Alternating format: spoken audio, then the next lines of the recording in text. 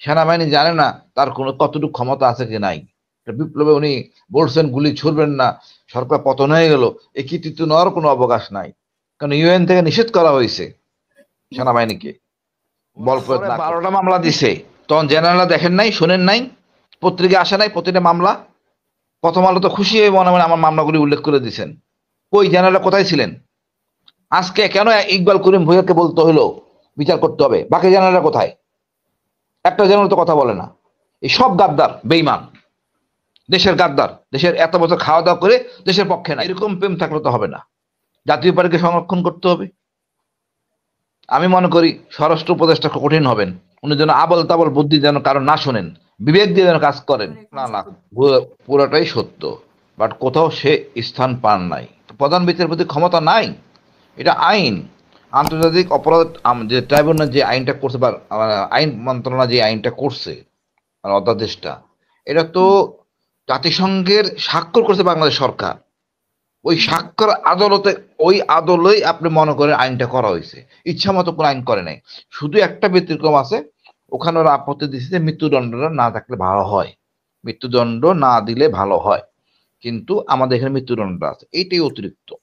আর কিছু বলা হয়েছে যে যারা মানে ক্ষতিগ্রস্ত তাদের কাছে অনেক মামলা দেওয়া হয়েছে, জঙ্গি মামলা, যাদেরকে ছেড়ে দিছে প্রত্যেকে জঙ্গি মামলা দেওয়া হয়েছে।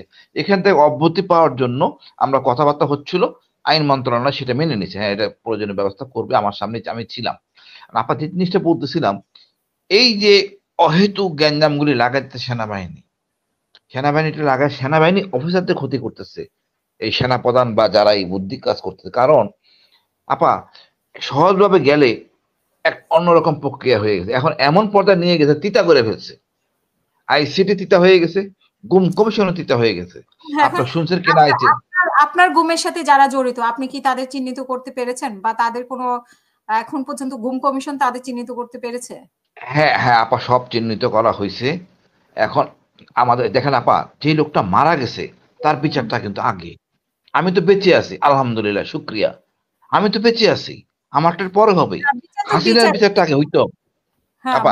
হাসিনার বিচারটা, যে মারা গেছে, এই যে 1500 কিছু কিছু মামলা হয়েছে, ফাইনাল পর্যায়ে গেছে, কতদিন মানে অসহযোগিতা, তারপরে বলবো যে অনেক আগায় নিয়ে আসে। হাসিনার বিরুদ্ধে কিছু মামলা হয়েছে, এখন খুনের মামলা চলতেছে, তারপরে আমাদের গুমের মামলা শুরু হবে।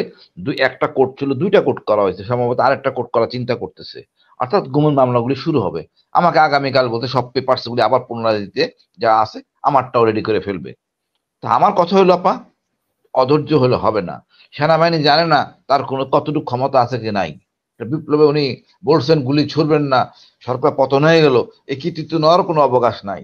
কারণ ইউএন থেকে নিষেধ করা হয়েছে সেনাবাহিনীকে বল প্রয়োগ না করতে।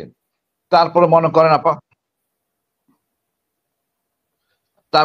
মনে করেন জুনিয়র অফিসাররা বলছে আমরা গুলি করতে রাজি না। কোন, তো আমার দুঃখ লাগে, কোন জেনারেল, এটা গাদ্দার জেনারেল সব কটা যে কটা আছে, একটা জেনারেল বলে আমরা গুলি করবো না, উচিত না, এখনো বলতেছে না। এই যে অপকর্ম হচ্ছে বিচার ব্যাপারে, একটা জেনারেল দাঁড়াতে পারে না, সেনাপ্রধানকে আসতে পারে না, স্যার এটা করা উচিত না। কেন জুনিয়র বলবে? তারা বিবেক নাই? আমি তো 2 বছর আগে বলছি আয়নাঘরে আমি ছিলাম, আমি এই জায়গায় ডিজিএফআই এখানে আয়নাঘর, আপনি জানেন। তারপরে এখানে আর্মি স্যারকে দেখছি, তখন এই ওয়াকার ছিল না, এই জেনারেলরা ছিল না, তারা কেন তখন প্রয়োজনীয় ব্যবস্থা গ্রহণ করে নাই? তারাও অপরাধী, কারণ তারা প্রয়োজনীয় ব্যবস্থা গ্রহণ করে নাই।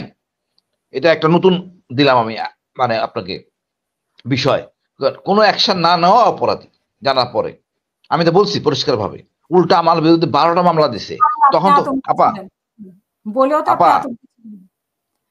বলার পরে 12টা মামলা দিছে, তখন জেনারেলরা দেখেন নাই, শোনেন নাই, পত্রিকা আসে নাই প্রতিটা মামলা। প্রথম আলো তো খুশি হয়ে মনে মনে আমার মামলাগুলি উল্লেখ করে দিয়েছেন। কই জেনারেলরা কোথায় ছিলেন? আজকে কেন ইকবাল করিম ভুঁইয়াকে বলতে হলো বিচার করতে হবে? বাকি জেনারেলরা কোথায়? একটা জেনারেল তো কথা বলে না। এই সব গাদ্দার, বেইমান, দেশের গাদ্দার, দেশের এত বছর খাওয়া দাওয়া করে দেশের পক্ষে নাই। প্রত্যেকটা জেনারেল নৈতিক দায়িত্ব আছে, কিছু বলা করা। কিছু জেনারেল বলেন গোপনে, ভয়ে। কেন? কিসের ভয়? আপনি গল্প খেলতে পারবেন না এই জন্য? দেশের জন্য ভূমিকা রাখতে হবে, সেনাবাহিনী ধ্বংস করা যাবে না গুটি কয়েক লোকের জন্য। যে জিনিসটা কথা হয়েছিল যে সেনাবাহিনী কোন পর্যায়ে গেলে অফিসার ইউনিট থেকে মিসিং, কোনো খবর নাই। আশ্চর্য ব্যাপার, ইউনিট থেকে 1 ঘন্টা পরে আপা 1 মিনিট দেরি হলে পিটিতে, ও জানে ব্যারিস্টার সাহেব, পিটিতে 1 মিনিট দেরি হয়, আমার সিনিয়র আগে এসে গেছে সিও, আমি 1 মিনিট পরে আসি, একটা ওয়ার্নিং অর্ডার খেয়ে ফেলি, একটা চিঠি চিঠি পেয়ে যাই। এই চিঠি অনেক কাজে লাগে প্রমোশনে, প্রমোশন হয় না কারণ আমি ইরেগুলার। আর একটা লোক মিসিং 6 মাস, মেজর সাহেব এখানে ধরে আওয়ামী লীগদের ট্রেনিং দিতেছেন, সেনাপ্রধান উনি ওনাকে দায় মুক্তি দিবেন? এসব ফালতু কথা বলার অবকাশ নাই। এতদিন আমরা খুব সহ্য করছি, ধৈর্য ধরছি, সেনাবাহিনী প্রধানকে আফোর্ড করছি, আপন করে নিছি, আমার জুনিয়র আপন করে নিছি, না আর সেনাবাহিনী ঠিক হয়ে যাবে। বাট এরকম প্রেম থাকলে তো হবে না, জাতীয় পার্টিকে সংরক্ষণ করতে হবে। আমি মনে করি স্বরাষ্ট্র উপদেষ্টা কঠিন হবেন, উনি যেন আবল তাবল বুদ্ধি যেন কারণ না শোনেন, বিবেক দিয়ে যেন কাজ করেন।